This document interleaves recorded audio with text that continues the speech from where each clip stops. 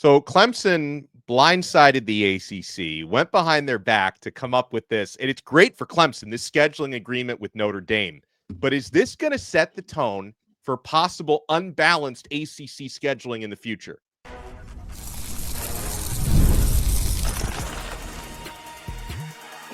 You are Locked On ACC, your daily podcast on the Atlantic Coast Conference.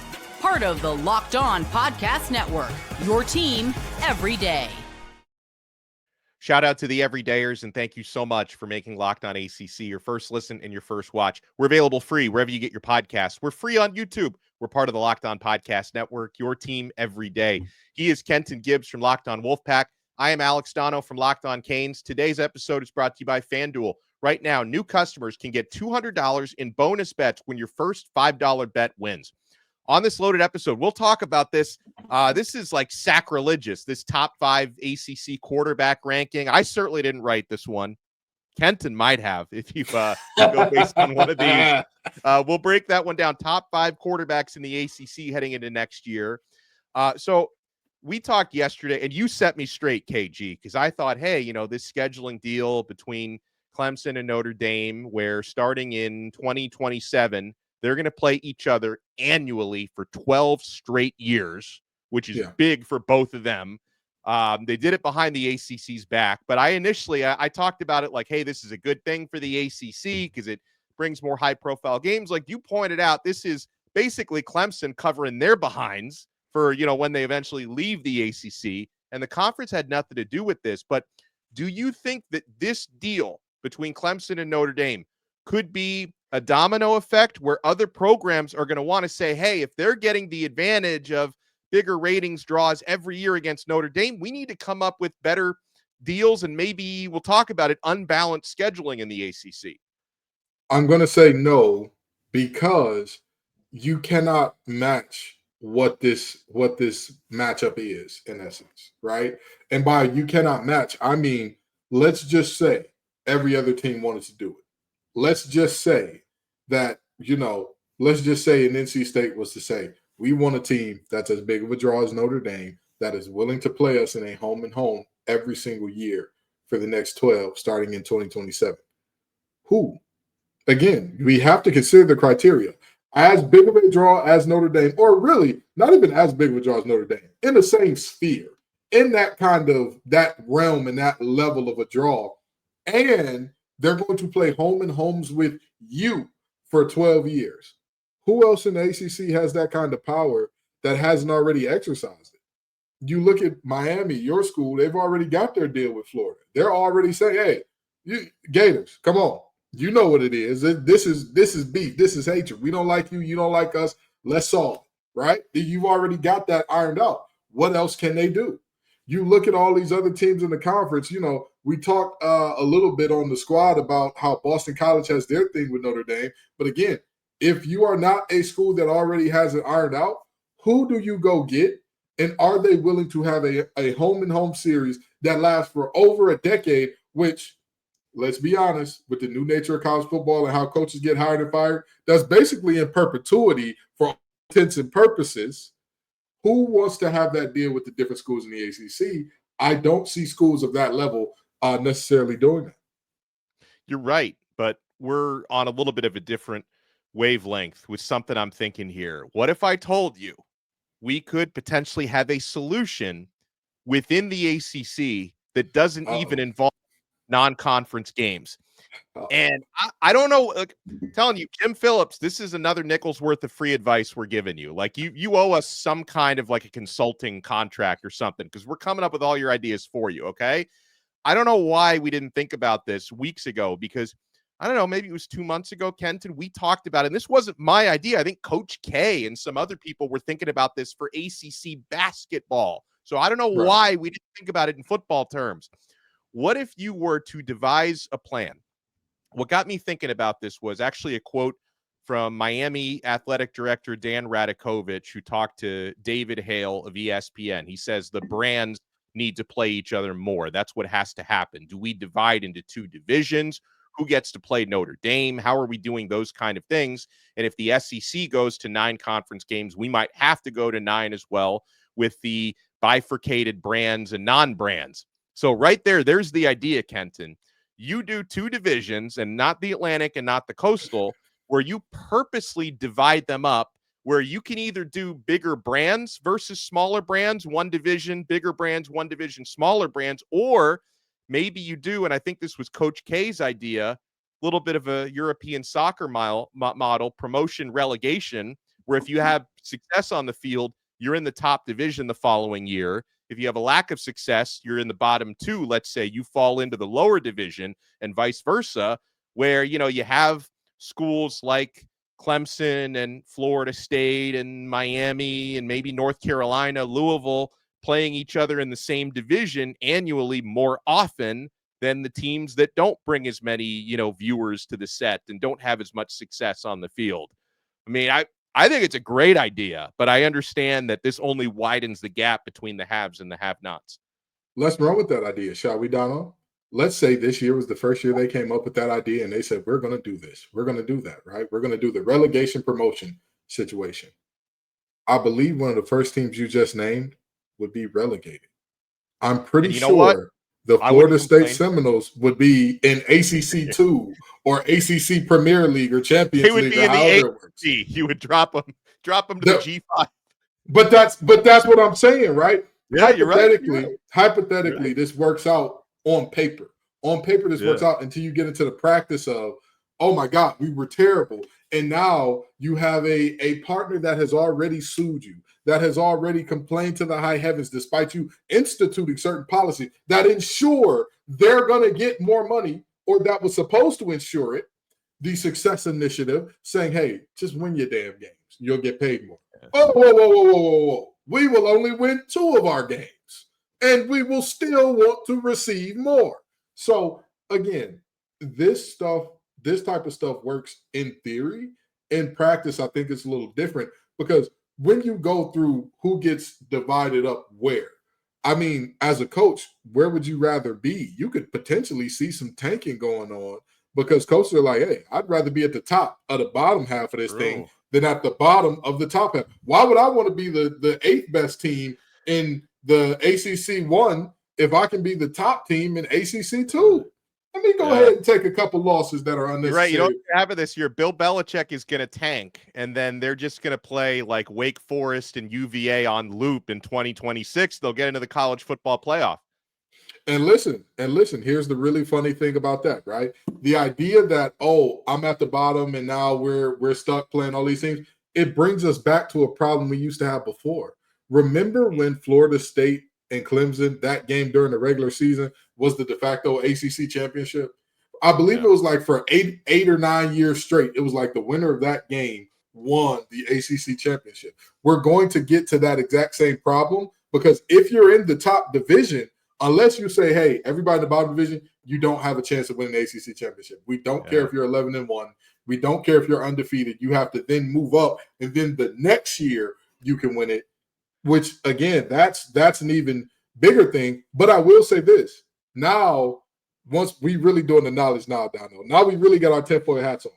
We combine this idea with the last week tournament that we talked about before, where it's like, hey, the entire last week of the season, we'll take out a conference game, give everybody an extra bye week, but the last week, we will run a tournament-style system.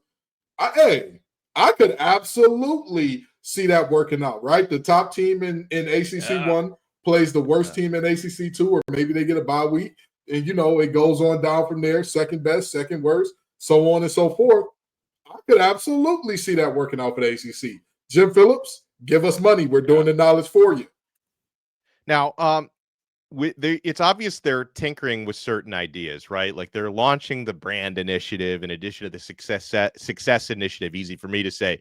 Do you think within the next few years, we're going to have, maybe not my exact idea, which I still think is brilliant, but even if it's not my exact idea, do you think Jim Phillips and company might throw out like a Hail Mary like this to desperately try to keep Florida State and Clemson in, right? To do something where, hey guys, we got an opportunity for even more revenue. You don't need to go to the Big Ten and maybe not actually, get the revenue you're thinking. You can stay here in the ACC. You're going to play a top-notch schedule. TV ratings will be through the roof.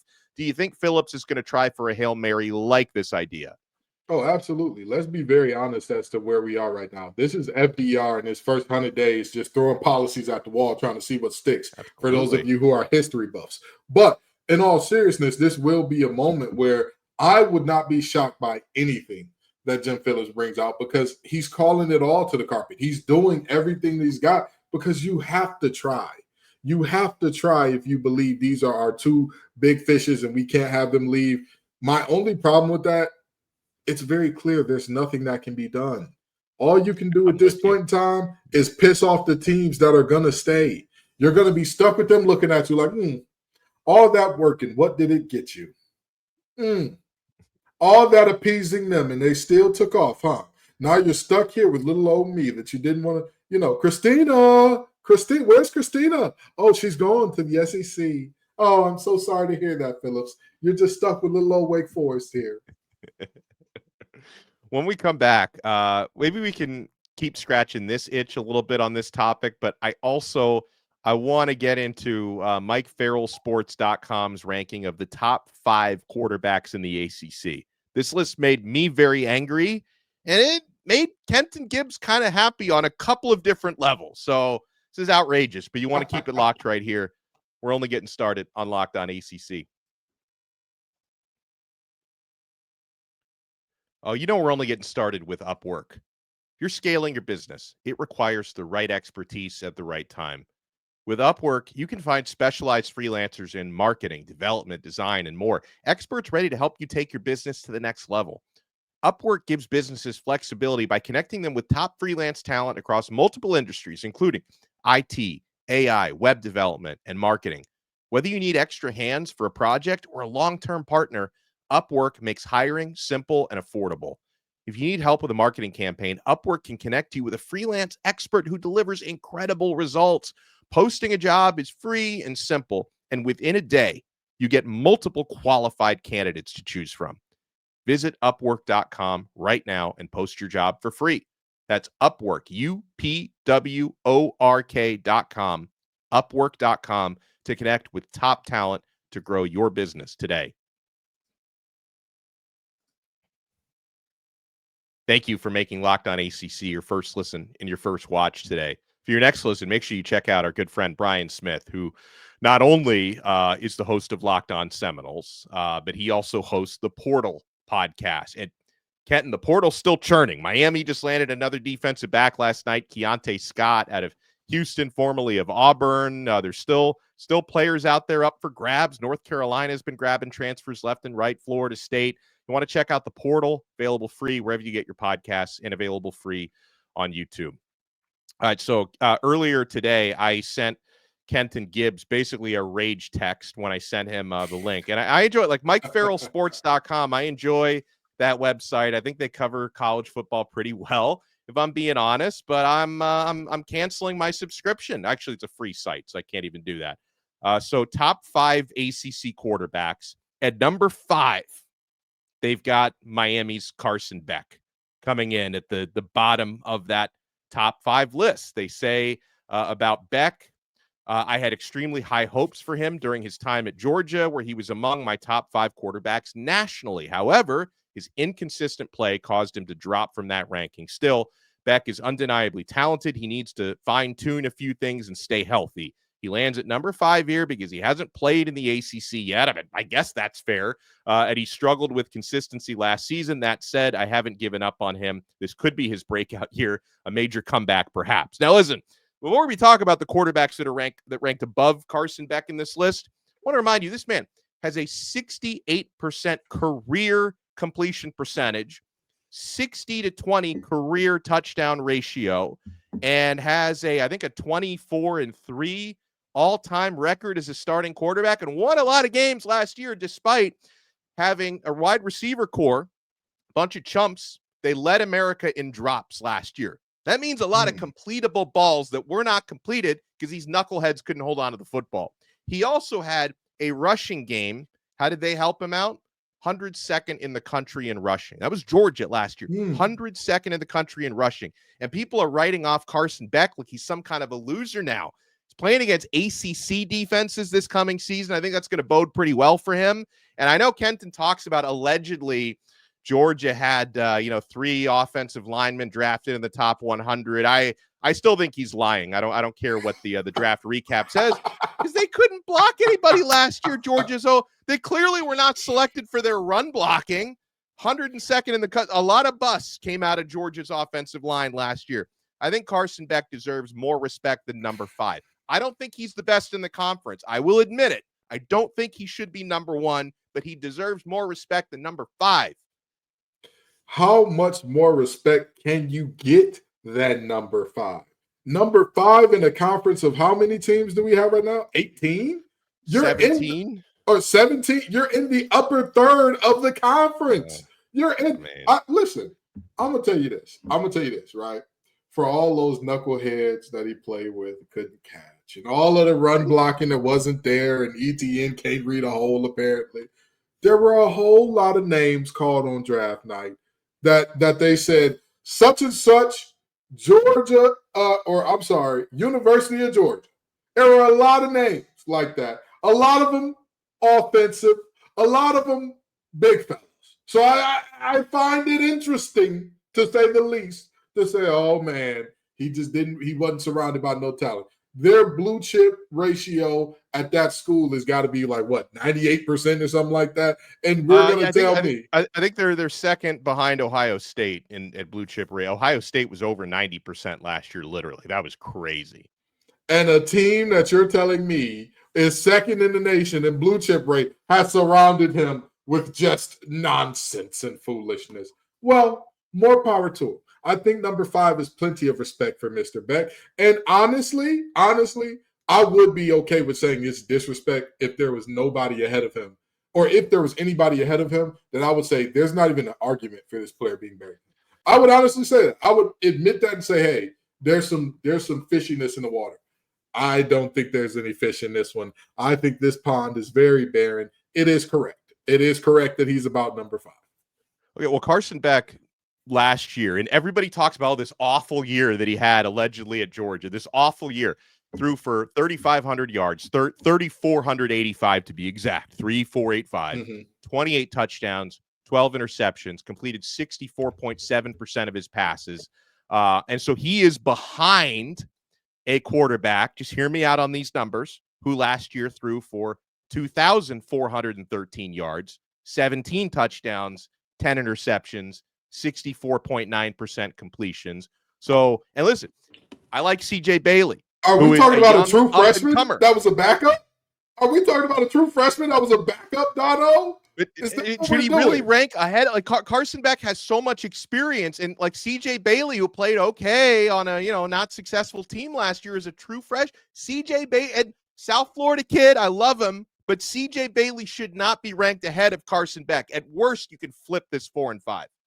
So here's where I will say, and this is why I said there's an argument for every player in front of him. This is why I did not say every player is definitively so much better than him. He should not be anywhere near this list. There's a reason I didn't say that. If you are talking about higher floor between Bailey and Beck, Beck has the higher floor. No ifs, ands, or buts about that. You cannot tell that lie. Championships as a starter. And listen, as an NC State grad, as a guy that gave 3 tenders for the program, I'm not going to sit here and lie to you and say, oh, yeah, of course. There's not a world where CJ Bailey's floor is lower than Carson Beck's. Here's what I also know is true. There are many worlds where if you're talking ceiling, if you're talking, hey, this guy at his best, this guy at his best, we've seen, and this is with all due respect, I think we've seen the best football we're ever going to see Carson Beck play. I do. I think that we have seen it in terms of you're going into a new scenery, new offensive coordinator, new terminology, new group of weapons to work with that you have not thrown to in the offseason because you're recovering from surgery. So this is a situation where all the stars are aligning to where, dude, we've seen his best ball. CJ, we've only seen what I would believe to be his worst ball because we saw last season he was thrown into the fire when he was supposed to be redshirted. He was, in a situation where I will say at minimum, some guys did not want to be at NC State anymore, that he was responsible for throwing the ball to. And fair. so you're looking at these two, and I'm saying again, if we're going by floor, absolutely flip 4 and 5. But if we're going by ceiling, there's not a word where you're going to tell me Carson Beck's ceiling is higher than CJ Bailey's. I don't think this is the top 5 high floor or high ceiling list, though. I think that this is, what to expect upcoming in 2025. I guess if you're going to go by ceiling, but if you're going to go by ceiling, I don't think Carson, if you're going to go highest ceiling, I don't think Carson Beck is the best quarterback on Miami then, because I think true freshman Luke Nickel may have a higher ceiling than Carson Beck. I think they're going top ceiling of the starters for next year. I think they're saying who has the best ceiling. I mean, I don't know what went into this man's rankings. I'm just saying, if I'm justifying this, if you say, Kenton, you are the lawyer that is charged with defending CJ Bailey being in front of Carson Beck, that's an easy case for me. My case is resting peacefully, putting a snuggie on. And I made my case for Beck, and I rest my case. Well, let's talk about the sham of a top 3 when we come back. You want to keep it locked right here. For justice for CJ Bailey and Carson Beck. You want to keep it locked right here. We're not done yet on Locked On ACC. Folks, I am only getting started at FanDuel.com. The NBA playoffs are in full swing. We got action literally every night. I love this time of year. I mean, as we inch closer to the finals, we're in the second round, so there's games happening constantly.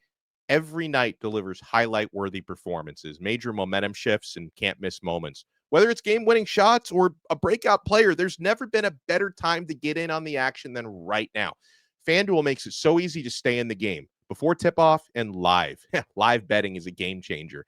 With player props, performance trends, and same-game parlays, fans have more ways than ever to play smart and win big. I'm going to have some action on my Florida Panthers later on tonight against the Toronto Maple Leafs. Panthers are road favorites in Game 2 around minus 150.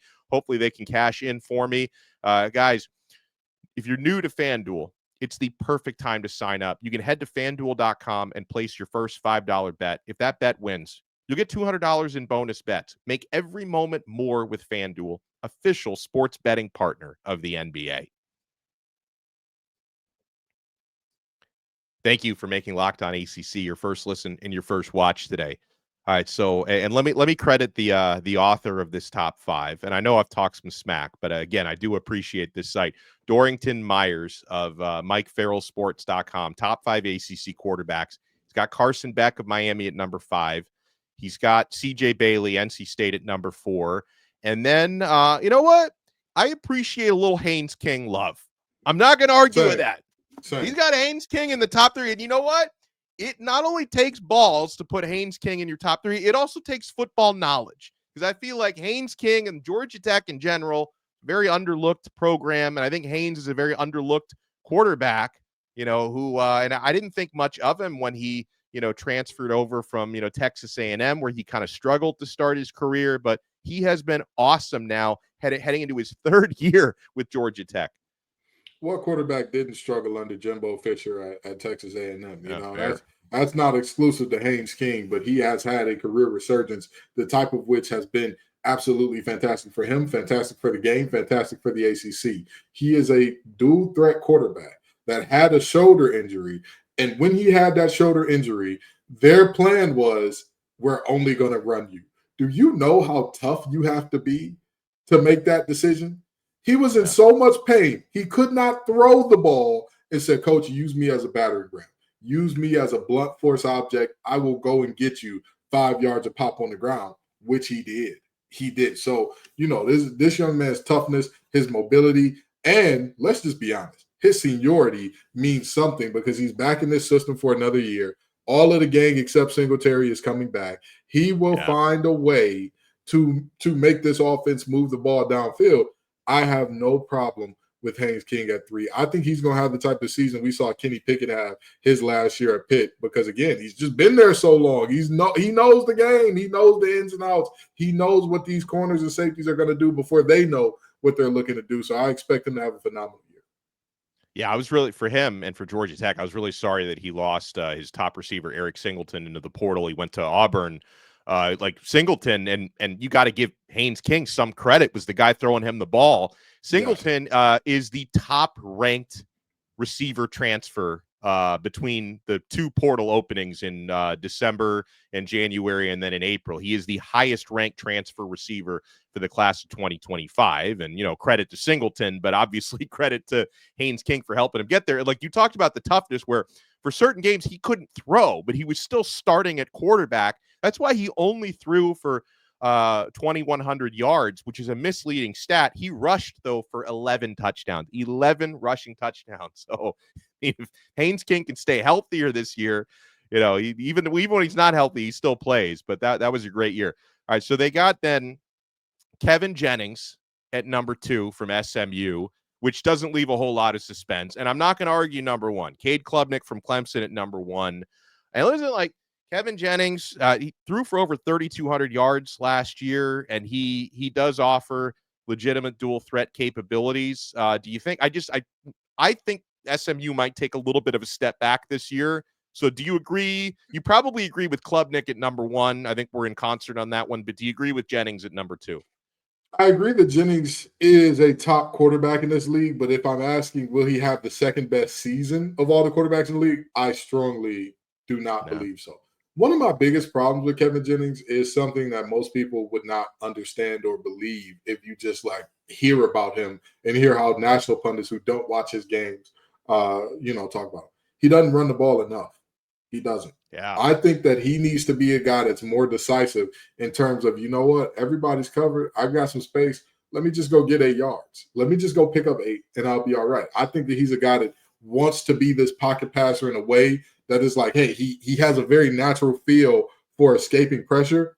I understand wanting to look downfield. I understand wanting to get your guys open. Sometimes don't try to play hero ball, either chuck it in the stands or take a 3-4 yard gain. And that's okay, because either you are net neutral of where you just were, or you got yourself a little bit of yardage. Be decisive and make that decision a little bit more, because last year he was a guy that was a part of a really good system, a really good core group of guys around him.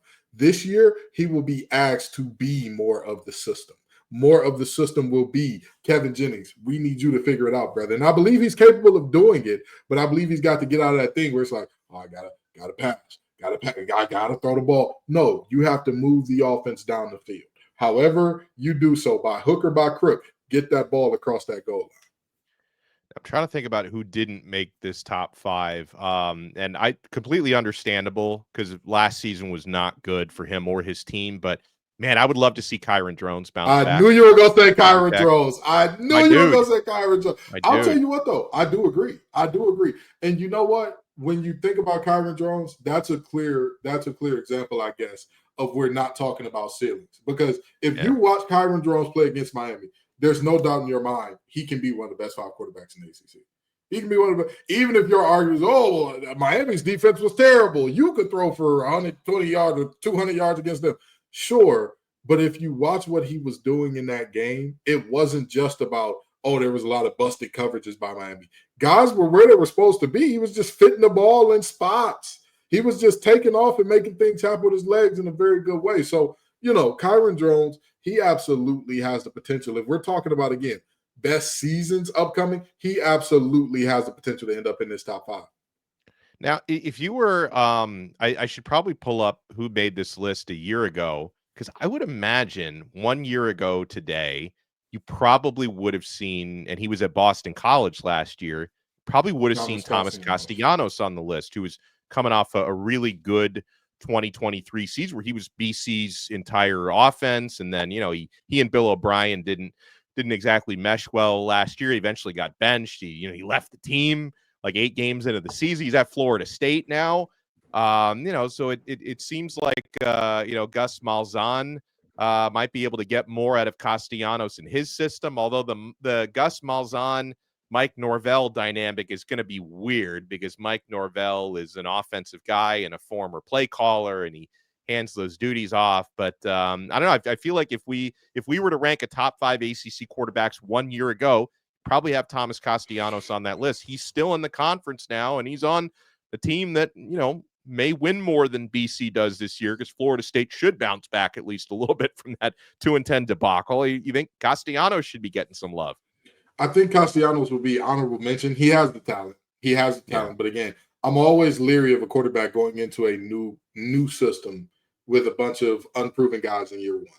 I just am. I'm tough. It's tough for me to say, hey, I expect you coming out the gates to have that type of season.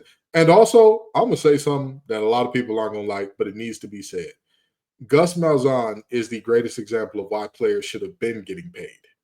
He is the greatest example of why players should have already gotten paid. Because if it wasn't for a young man by the name of Cameron Newton from Georgia, he would not be seen as this offensive guru. Because I keep asking everybody, what has he done without Cam Newton at quarterback? And people are struggling to give me an answer.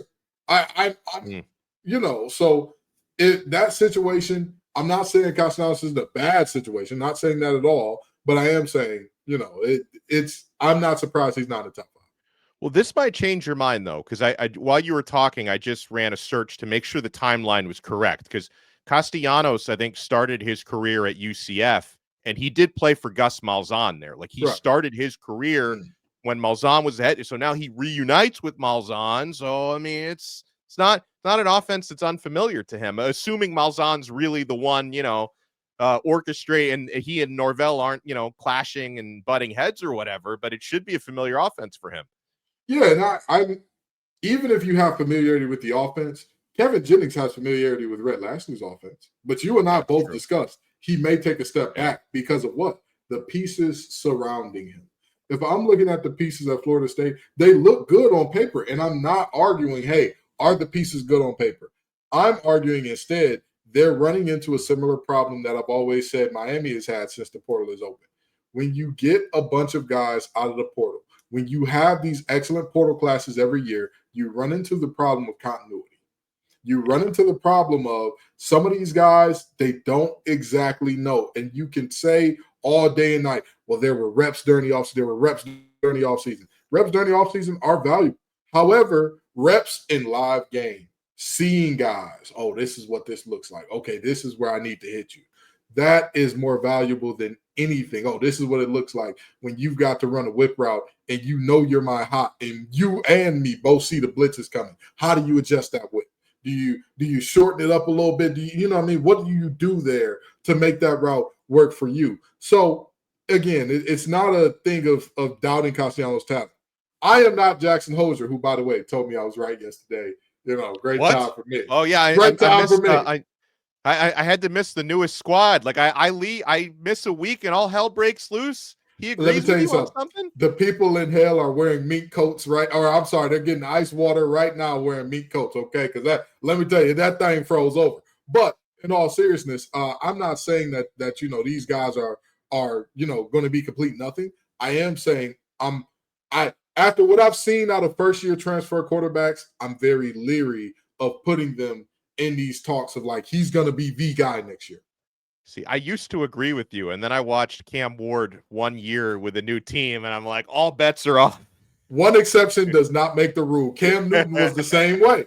See what I mean? Cam Newton getting folks paid. He getting folks paid. Yeah. But in all seriousness, most of the quarterback, Riley Leonard, look what he was at Notre Dame. You know what I mean? Look at Grayson McCall. Look what he was over at NC State, with all due respect. Even before the injury, not just talking about the concussion. How many quarterbacks have we seen? He was the guy, and then he went to place X, Y, and Z. And in year one, PU, he's stinking the joint up. Wasn't Devin Leary was another one?